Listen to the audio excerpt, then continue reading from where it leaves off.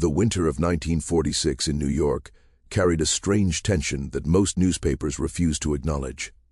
Headlines moved quickly, pages turned, and stories that should have shaken the city were quietly pushed aside. On the surface, Harlem appeared alive with music, laughter, and returning soldiers eager to reclaim life after war. But underneath that rhythm was anger, exhaustion, and a deep awareness that freedom promised overseas had not followed black men home. The city pretended everything was normal, yet everyone in Harlem knew something was wrong. They felt it in the way police cars lingered longer on certain streets, in how white-owned businesses watched black success with narrowed eyes. History was moving, but not peacefully, and March of that year would expose just how differently truth could be written depending on who was telling the story. For black communities, newspapers were more than ink and paper, they were survival tools. While mainstream publications reduced Harlem to footnotes, black newspapers told stories that reflected lived reality. They named threats, exposed lies, and refused to soften violence into accidents. This divide was not just about journalism, it was about power. Who controlled the narrative controlled whose lives mattered. In 1946, Harlem existed between those two realities. One version claimed calm progress, while the other warned of danger closing in. The gap between them was growing wider every day, and soon it would be filled with fire, smoke, and a decision that would echo for generations. World War II had ended, but for black veterans, the war never truly stopped. They returned wearing uniforms that had earned respect in Europe, only to be stripped of dignity the moment they stepped back onto American soil. In Harlem, thousands of these men carried discipline, courage, and bitterness in equal measure. They had fought fascism abroad and now faced racism at home, enforced by laws, customs, and quiet terror. The neighborhood became a pressure cooker. Pride mixed with rage, hope collided with reality, and everyone sensed that confrontation was inevitable. Harlem was no longer willing to bow quietly, and forces that thrived on submission took notice. Those forces did not always wear white robes in public anymore. By the mid-1940s, hatred had learned how to hide behind suits, storefronts, and official titles. Extremist groups adapted, moving quietly into northern cities, embedding themselves into institutions meant to protect citizens. Their methods changed, but their goals did not. They targeted independence, success, and any sign that black communities were building power beyond their control. Harlem, vibrant and unapologetically alive, became a symbol they wanted erased. Destroy the symbol, they believed, and the spirit would collapse with it. At the center of Harlem's heartbeat stood its nightclubs, where music drowned out fear and joy felt almost rebellious. These spaces were not just entertainment venues, they were sanctuaries. People danced, laughed, and celebrated survival itself. One such club represented something even bigger: black ownership, fair wages, affordable prices, and pride without permission. It stood as proof that Harlem could build, sustain, and protect its own. That alone made it dangerous in the eyes of those who believed power should never be shared. Bumpy Johnson understood symbols better than most. By 1946, he was no longer just a street figure, he was an institution. Years of building networks, businesses, and influence had taught him that real power wasn't just fear, it was responsibility. Harlem knew his name, not just for what he took, but for what he protected. He had lived violence, prison, and betrayal, yet age had shifted his focus. Legacy mattered now. He wanted Harlem to stand taller long after he was gone, and that meant defending more than territory. It meant defending people. The club he backed was more than an investment, it was a statement. Musicians were paid properly, workers were treated with respect, families could afford a night out without humiliation. It welcomed everyone from neighborhood elders to young couples dreaming of better days. Music legends passed through its doors, filling the air with sounds that reminded people who they were. Every note played inside that building carried defiance. And defiance, when seen by the wrong eyes, is often mistaken for a challenge. Those eyes belonged to men who believed terror was a tool, not a crime. Their strategy relied on plausible deniability. No riots, no speeches, no obvious threats, just accidents, fires that started mysteriously, businesses that failed suddenly, fear delivered quietly. They believed this approach would keep authorities comfortable and victims silent. What they did not count on was resistance from someone who refused to let his community burn for convenience. The night chosen for the attack was deliberate. A packed house meant maximum loss, maximum fear, and a message that would spread without words. Laughter filled the air, music pulsed through bodies, and life felt briefly untouched by hatred. Outside, shadows moved with intention. Gasoline-soaked wood, matches waited. It was meant to be over before anyone understood what was happening. Panic was part of the plan. Chaos was expected. Survival was not. When the fire began, terror erupted exactly as intended. Smoke swallowed sound, screams replaced music. Instinct pushed people toward exits too narrow for desperation. In moments like that, crowds become deadly. Fear turns neighbors into obstacles. This was the moment the attackers counted on, the moment when tragedy would right itself. But inside that chaos, one man moved differently. While others ran, he calculated. While panic spread, he imposed order. And that single difference changed everything. Authority does not always come from uniforms or badges. Sometimes it comes from presence. One shot into the ceiling froze the room long enough for reason to return. Instructions cut through fear, and fear obeyed. People listened because they trusted him. They trusted him because he had earned it long before that night. One by one, lives moved past the flames toward safety. Yet even as the exit cleared, the danger had not ended. Some were still trapped where fire burned hottest. Smoke does not care about reputation or power. It chokes everyone the same. Moving back into it meant risking everything for strangers. Yet hesitation never came. Pain screamed through lungs and old injuries protested every step. But stopping was never an option. In those moments, legacy was no longer about stories told later. It was about choices made now. Hands grabbed, doors broke, bodies were lifted, and instinct guided. Movement where sight failed. When the last person reached fresh air, the building surrendered completely to fire. What remained standing was not wood or brick, but proof. Proof that terror had failed. Proof that unity could overcome design meant to kill. As flames lit the night sky, something else burned out quietly, the belief that Harlem would always retreat. The attackers watched from shadows, realizing too late that they had misjudged their target. By morning, officials would call it an accident. Ink would soften the truth. But Harlem already knew the story would not end there. What happened that night was only the beginning. A line had been crossed, and Harlem does not forget when blood was nearly spilled. Justice, ignored by institutions, has a way of finding its own path. And in March of 1946, that path had already been chosen. Morning light revealed the damage in full, but it could not reveal the truth everyone felt. Ash covered the street like dirty snow, and the smell of smoke clung to clothes, hair, and memory. Firefighters packed up, officials nodded to one another, and a report was written before questions could be asked. The word accidental appeared quickly, confidently, as if repetition could make it real. To Harlem, that word felt like an insult layered on top of attempted murder. People stood in small groups, speaking quietly, eyes sharp, understanding exactly what had been done and why. Silence from authorities was not new, but this silence was louder than usual. By midday, two versions of reality existed side by side. Mainstream papers treated the fire as an unfortunate event, something tragic but unremarkable, already sliding toward the back pages. In Harlem, black newspapers told a different story entirely. They spoke of gasoline, of witnesses, of intent. They named hatred where others hid it. They named courage where others minimized it. Photos showed soot-covered survivors and a man who had run into flames when others ran away. One narrative erased responsibility. The other preserved memory. Harlem paid attention to which one sounded like truth. Inside the community, anger mixed with gratitude. Parents held children tighter. Elders shook their heads, remembering older threats that never really disappeared. Veterans felt something awaken in their chests, a familiar readiness they had hoped never to need again. This was not a random act, it was a warning. And warnings, when ignored by the law, invite response from somewhere else. Everyone understood that what happened demanded an answer. The only question was who would give it. Bumpy Johnson did not sleep that day. Smoke still lived in his lungs, pain pulsed through his body, but rest felt like surrender. He listened more than he spoke, absorbing details, names, rumors.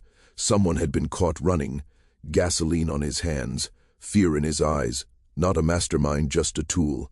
Tools can be replaced, orders cannot. Bumpy understood that justice meant going up the chain, not stopping at the first weak link. Anything less would invite repetition. When the police dismissed his concerns, something hardened behind his eyes. It was not surprise, it was confirmation. Confirmation that the system would rather protect itself than protect lives. Confirmation that official justice had limits, and those limits ended exactly where power felt uncomfortable. Walking away from that conversation, coughing blood into a handkerchief, Bumpy made a decision that required no announcement. If the law would not act, something else would. The man they questioned was young, desperate, and shaking. He spoke of money offered easily, instructions given coldly, and a name whispered with fear. He did not know the full plan, only his small role in it. That ignorance did not absolve him, but it explained the structure. There was a hierarchy. Someone believed himself untouchable enough to order mass death and expect distance to protect him. That belief would be tested. Information traveled quickly through Harlem's underground. Doors opened that never appeared on maps. Names were cross-checked. Addresses surfaced. Patterns emerged. This was not random violence. It was organized. Business fronts, private meetings, respectable faces hiding rot underneath. The realization unsettled even those used to corruption. This was bigger than one fire. It was a network that believed fear was currency and Harlem was expendable. While Bumpy recovered just enough to stand, others moved on his behalf, watching, following, memorizing. They did not rush. Rushing leads to mistakes. Patience, learned the hard way, guided every step. The man behind it all lived comfortably, drove expensive cars, and attended polite gatherings. He looked like stability. That disguise was his greatest shield. He believed no one would dare challenge it directly. That belief, too, would be tested. By the time the leader was identified, the shape of the response was already forming. Not loud, not public, no speeches, no crowds. What was planned was personal, intimate, the kind of reckoning that could not be reduced to a headline without revealing truths others wanted buried. This was not about revenge alone. It was about sending a message that could not be misunderstood. Sunday provided the opening. Routine breeds carelessness. Church schedules, family dinners, predictable movements. When the moment came, there was no shouting, no chaos, just control. Fear shifted direction, flowing toward the man who had tried to weaponize it against an entire community. In his eyes, reality finally arrived, sharp and unavoidable. The ride was quiet except for breathing. One labored. One panicked, one steady. Streets passed without witness. The city slept, unaware that an invisible balance was being corrected. At the river, darkness swallowed sound. Water reflected distant lights, indifferent and eternal. Knees met wood. Truth came out slowly, then all at once. Names, orders, motives spoken aloud stripped them of their imagined righteousness. The hood mattered. Symbols always do. What he used to terrify others now became his final lesson. There was no speech, no grand declaration, just an action heavy with meaning. When the river accepted the body, it also accepted the lie that Harlem could be attacked without consequence. The current carried that lie away. By dawn, the city found a body and asked safe questions. Papers chose careful words. Connections were hinted at, not explored. The case would cool quickly, just like the fire before it. Official curiosity faded on schedule. In Harlem, no one needed explanations. They understood exactly what had happened and why. Justice had arrived by a route the law refused to travel. That evening, applause filled a room without being asked for. Gratitude broke through restraint. Tears came openly. Lives saved demanded acknowledgement. But the man at the center of it did not celebrate. He accepted thanks quietly, already looking past the moment. Because protection is not an event. It is a responsibility that never really ends. In the days that followed, something shifted. Threats retreated. Whispers changed tone. He community stood straighter, not because violence had occurred, but because fear had failed. Harlem had learned again that dignity is not granted, it is defended. And anyone who mistakes silence for weakness does so at their own risk. Rebuilding began before the smoke fully cleared from memory. Where others saw ruins, Harlem saw intention. The destroyed walls became a promise rather than a warning. Insurance companies refused responsibility, hiding behind technicalities and official reports. But money still appeared. It came from hands that understood what the building meant, and from one man who refused to let hatred have the final word. Construction crews showed up not just to restore what was lost, but to improve it. Stronger materials replaced weaker ones, safety was no longer optional, every beam carried resolve, every nail driven with the knowledge that this place would stand as proof that terror had failed. During those months, something else grew quietly. Veterans began to gather, not for illegal work, but for guidance. They had seen leadership under fire, literal and otherwise. They had seen what it meant to protect without asking permission. Conversations shifted from anger to strategy, how to organize, how to watch, how to respond without self-destruction. What formed was not a gang or a militia, but an understanding. Harlem would no longer rely entirely on systems that had already proven unreliable. Self-respect demanded preparation. The reopened club became a symbol heavier than before. Opening night overflowed beyond capacity, not because of curiosity, but loyalty. Music filled the room again, richer, louder, defiant. Faces in the crowd carried shared history now. Survivors locked eyes across tables, silently acknowledging the night they almost lost everything. When applause erupted, it was not for performance alone. It was for survival. It was for unity. It was for a man who had acted when hesitation would have been easier. Stories traveled beyond Harlem, changing shape as they went. Some whispered, some exaggerated, some softened the edges. But one truth remained intact. There were consequences now, the kind that could not be negotiated away or dismissed with paperwork. Extremist groups continued to exist, but their confidence cracked. Boundaries appeared where none had existed before. Harlem became a place spoken of carefully, even by those who despised it. Fear had changed sides. Law enforcement kept files open just long enough to appear thorough, then quietly archived them. Official memory faded by design. No one wanted to admit what ignoring injustice had produced. It was easier to let legends grow than to confront uncomfortable facts. But legends serve a purpose. They carry lessons forward when institutions fail. In Harlem, elders began telling the story differently, not as myth, but as warning and instruction. You protect your people, or someone else will. Years passed, and the city shifted again. Buildings rose and fell. Politics changed faces but not habits. Yet the memory of March 1946 remained embedded in Harlem's identity. It was referenced without dates, understood without explanation. A moment when fear met resistance and lost. Younger generations inherited that knowledge not as anger, but as confidence. The idea that they were not helpless, that history did not only happen to them. Bumpy Johnson never publicly claimed credit or offered justification. Silence suited him. He understood that real authority does not require explanation. Those who mattered already knew. Those who didn't were never going to be convinced anyway. He returned to routine, to business, to the quiet management of influence. But something about him had shifted permanently. The weight of that decision never left his shoulders, and he did not expect it to. Attempts to intimidate Harlem faded into memory, not because hatred disappeared, but because calculation changed. Risk was reassessed. Violence without cover became less attractive when retaliation proved personal and unavoidable. Harlem had drawn a line that did not need fences or signs. It existed in reputation, reinforced by silence and understanding. The message was simple, and it traveled far. As time moved forward, historians argued details, dates blurred, names were debated, documents contradicted one another. That is the nature of recorded history. But lived history rarely needs footnotes. Ask anyone who was there, and the story remained consistent. They remembered the smell of smoke, the sound of a gunshot stopping panic, the feeling of being carried toward air. Those memories do not require verification.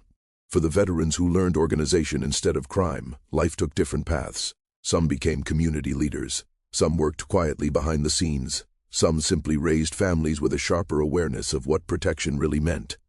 The lessons they carried influenced movements that would come later, even if credit was never traced back. Change rarely announces its origins. The club operated without incident for years. No threats, no warnings, just music, laughter, and business done with dignity.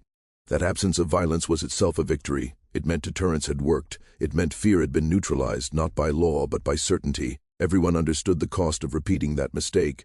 Eventually, forces stronger than fire closed the building. Bureaucracy, urban planning, progress dressed in polite language. The structure fell, but the meaning did not. Demolition erased bricks, not memory. Harlem adapted, as it always had. Spaces changed, but stories remained rooted in conversations, in tone, in posture.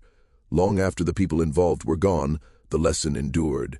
Justice does not always arrive wearing authority. Sometimes it arrives wearing resolve. Sometimes it speaks softly and acts decisively. Harlem learned that night that dignity is not something you ask for. It is something you defend, even when no one else will. And that understanding became inheritance. Passed down quietly, carefully, like something valuable and fragile. A reminder that fear only works until it meets refusal. That communities survive not because they are spared, but because they stand. That March of 1946 was not just 4 days of headlines, but a turning point, a moment when Harlem decided it would never burn quietly again. The final days of that spring carried an unusual calm, the kind that settles after something irreversible has occurred. Streets returned to routine, shops reopened, and music spilled from windows again, but beneath it all was a shared awareness that Harlem had crossed a threshold. People walked with a different posture, less cautious, less apologetic. Nothing had changed on paper, yet everything had changed in spirit. The community understood that survival was no longer accidental. It was intentional, defended, and remembered. White newspapers moved on quickly, filling pages with safer stories, sports scores, and politics that felt distant from burned buildings and saved lives. The truth they avoided did not disappear. It simply lived elsewhere. It lived in barbershops, kitchens, church basements, and late-night conversations where elders spoke carefully and young listeners leaned in. History does not always live where it is printed. Sometimes it lives where it is protected. The name Bumpy Johnson became layered with meaning beyond crime or power. To some, he remained dangerous. To others, he became something closer to a guardian. Harlem did not need him to be perfect. It needed him to be decisive. And in the moment that mattered most, he had been. That was enough. Reputation is shaped less by intentions than by actions taken when fear is real. Years later, people would debate morality, legality, and consequence. Scholars would argue whether violence can ever be justified, whether justice delivered outside the law undermines progress. Those debates mattered, but they did not erase memory. For the 237 people who walked out alive, theory meant nothing. Breath meant everything. Survival does not care about philosophy when flames are climbing walls. The Ku Klux Klan continued to exist, fractured and adapting, but something fundamental had been damaged. Their confidence in operating unseen in northern cities weakened. Fear thrives on imbalance, and Harlem had corrected one. Word spread quietly through channels hatred relied on. Some places were no longer worth the risk. Some communities would not collapse on schedule. The rebuilt club stood as more than entertainment. It stood as warning and reminder. Steel reinforced what wood could not. Systems were added not because rules demanded them, but because experience did. Safety became an act of defiance. Every crowded night was proof that joy itself could be resistance when it refused to be extinguished. Children grew up hearing fragments of the story before they understood it fully. They said pride in the pauses, gravity in the silences. They learned early that history was not always kind, but it was instructive. Harlem's past was not something to escape, but something to carry correctly. Strength did not come from denial, but from clarity. When authorities later spoke of peace and order, Harlem listened politely but remembered differently. Order without justice had nearly cost hundreds of lives. Peace that required silence was not peace at all. These lessons shaped how the community responded to future challenges, how it organized, how it protected its own when protection was delayed or denied. Bumpy Johnson aged, as all men do. Power shifted, alliances changed, and time claimed everything eventually. But the decision he made in March 1946 outlived him. It existed independently of his name, embedded in Harlem's sense of self. The idea that no one gets to terrorize a community without consequence became cultural instinct. The Lenox Lounge eventually disappeared from the physical landscape, replaced by the language of progress and development. Concrete forgot what wood remembered. Yet stories have a way of resisting erasure. They move from buildings into people, from addresses into identity. Harlem did not need the walls to remember what happened inside them. What remained was a warning passed quietly through generations. You can ignore injustice, but it will not ignore you. You can disguise hatred, but it still burns. And when systems refuse to act, communities will find ways to protect themselves, for better or worse. History judges outcomes long after intentions fade. 4 days in March told two stories to the world. One spoke of accidents and closure, the other spoke of attempted annihilation and survival. Time revealed which one mattered. Harlem chose to remember the version that honored the living, not the convenient. That choice reshaped how Harlem saw itself, not as victims waiting for rescue, but as people capable of standing their ground. Fear lost its permanence, dignity gained weight, the balance shifted quietly, decisively. And that is why the story endures, not because of violence alone, but because of refusal. Refusal to burn quietly, refusal to accept erasure, refusal to let others decide whose lives mattered. In March 1946, Harlem learned something that cannot be unlearned. When pushed to the edge, it pushes back. Time passed, but the lesson hardened instead of fading. Harlem did not become violent by choice, it became prepared by necessity. That distinction mattered. Prepared people walk differently, speak differently, and refuse to be erased quietly. Outsiders often misunderstood this confidence as aggression, but within the community it was simply self-respect rediscovered. The fire had failed to destroy Harlem, but it succeeded in burning away illusion. The elders who witnessed those days carried the memory carefully. They did not glorify what happened, nor did they apologize for it. They told the story as a reminder of cause and effect. You threaten a people long enough, and eventually someone decides the cost of silence is greater than the cost of action. Harlem learned that night that fear only survives where it goes unchallenged. Long after the newspapers yellowed and the buildings changed, the meaning remained intact. Harlem understood that justice denied does not disappear, it relocates. It finds different hands, different paths, different consequences. That truth unsettles systems built on comfort, but it sustains communities built on survival. March 1946 became more than a date. It became a reference point. Before and after. Before fear spoke loudly, and after it learned restraint. Before Harlem waited, and after it stood. History rarely marks such shifts cleanly, but those who live through them never forget. And that is why the story still matters, not as entertainment, not as legend, but as warning and inheritance. Harlem did not ask to be tested, but when it was, it responded. The message was never written in ink alone.